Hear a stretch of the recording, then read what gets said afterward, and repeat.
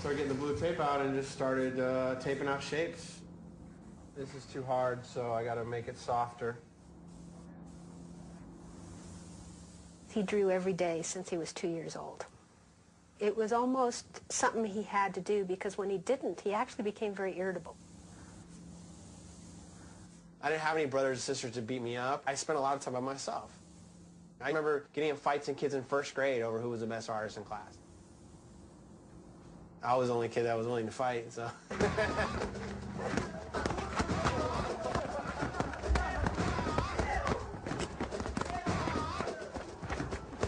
I'll even show you how bad of a toy I was. This is my first piece. 13 or 14 is when he started to change. A skateboard can't exist without a cityscape. So I used to take the bus down to Wilshire, just to get away from the suburbs because I hated it so much out there. And then I started to see this little black book he would carry around, and I would ask to see it, and he was practicing his tagging. I've been known not to be the greatest tagger, but Eclipse definitely has one of the best hands, for sure. He's, the originator of our crew, and Eclipse plays a really important role in all of our lives since we were very young. He got involved with some kids that came from a whole different background, and somehow he identified with that. It was important to be part of AWR because it helped build, Los Angeles styles, and basically they were my mentors.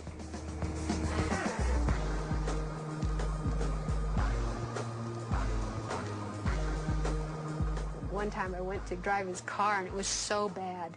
How could you get 32,000 miles on a car that's less than a year old? He would take 30 to 40-mile runs several times a night from where we lived in Ventura area clear to LA to Orange County and back again, and in his trunk was solid spray cans.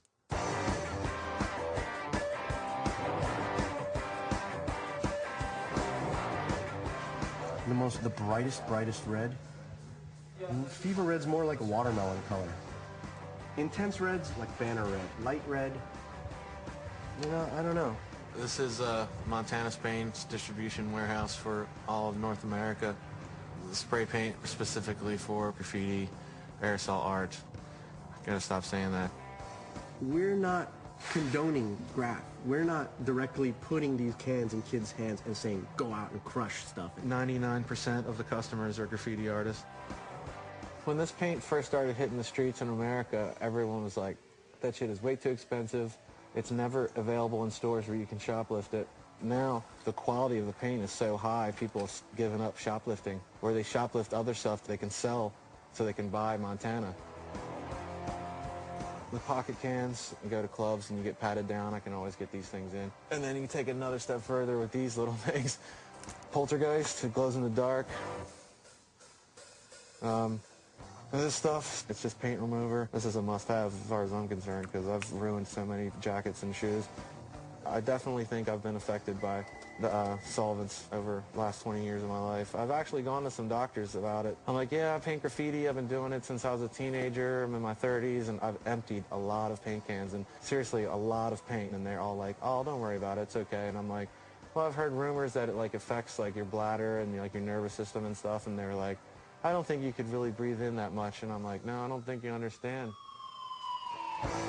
The place is probably half full. There's probably about maybe 40,000 cans of paint in here right now. Knowing that people go through that many caps in 2 weeks is that is a lot of vandalism. Holy shit. You guys got to send us a bunch of pistachio next time. Have I ever felt guilty? I don't think so. No. There's graffiti in the world. I'm not the only guy that's going to write graffiti. I'm not going to stop writing graffiti because there's a guy that has to clean it up. I hate to sound like a stupid teenager, but that's his job. I'm helping him out. If there weren't people writing graffiti, they wouldn't need this guy, Care less. Everybody feels sorry for somebody. I have a job, too. People have written graffiti on my store before, and I'm like, okay, you know what? That's okay. I can't control that. I'm not going to get all Christian fundamentalist about it, oh my God, your morals and your judgment, come on. Just let it go, dude. I hate religion. I hate fundamentalists of any sort, and I don't believe in a fucking snake in a tree. I'm not stupid. The Bible carries a message. To take it literally misses the entire point. And that same very message can be found without any knowledge of religion at all. Like, people will be good back to you if you're just good to people, like, you know, if you're honest. Like, those are things that people realize, you know, without religion having to tell you and make you feel guilty about shit. That shit is whack.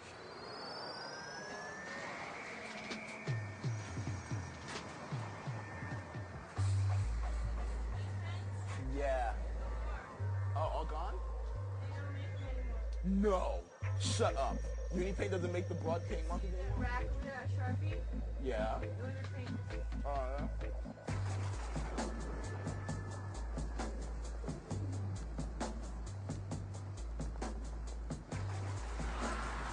You don't need to be fucking David Copperfield, fucking David Blaine to get a couple of markers out of the store. But it helps in tight situations, you know? I shoplifted since I was like, what, 5, 6? It's like a game. You go in the store, you G them up, like, hey, what's going on? You got that customer shopkeep thing going on, and they have no idea that you're stealing, no idea. Or they know you're stealing, they've seen you in their mad times, and they still can't fucking stop me because I'm so nice. Me and him are like dead opposites. I think of consequences that aren't even there. And with him, it's just, you know, I feel like getting a CD player, or I feel like getting this or getting that or whatever, and he'll just go out and do it. There's mad things that I will not pay for, will not pay for. Will not pay for any type of Gore-Tex jacket. I will not pay for any type of like meats, like chicken cutlets, steaks, won't pay for that. Definitely racking that. I've spent money on shit before, you know what I'm saying? And then felt like really stupid about it, like, yo, I could have racked that shit. How do I feel about it? It got me through high school. These markers suck. What a waste of my time. I mean, I'll take it, but I'm not gonna be that happy about it.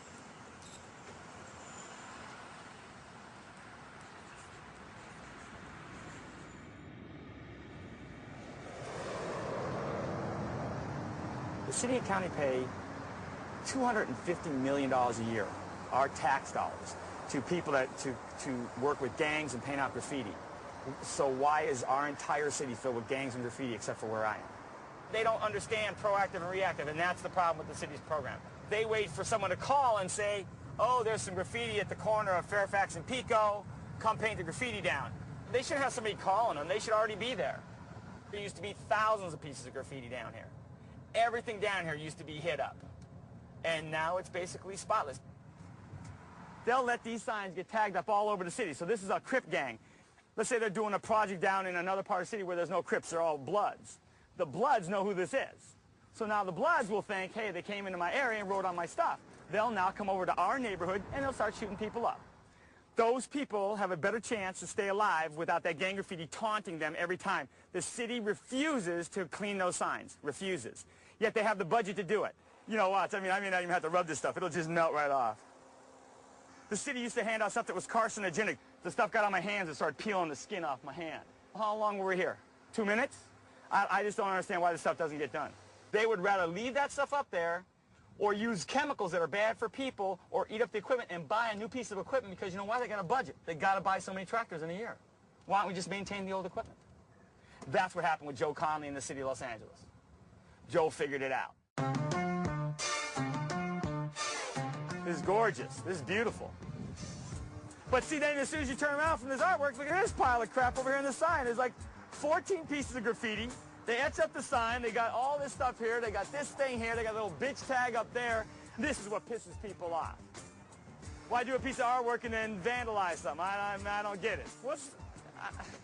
I don't get it. This wall hasn't been patrolled for a long time, and when you don't patrol your walls, these toys just start fucking around and painting over it. And you run out of this kind of paint, but you're way in the middle of nowhere, you know? So what we do when we run out, there's a little bit left, is you piss inside to make a little bit more. You leave a little bit of yourself in every wall. I want you to put sticks under those posters and have characters holding it, you know? It'll incorporate it to the wall. That's some clever shit. Don't do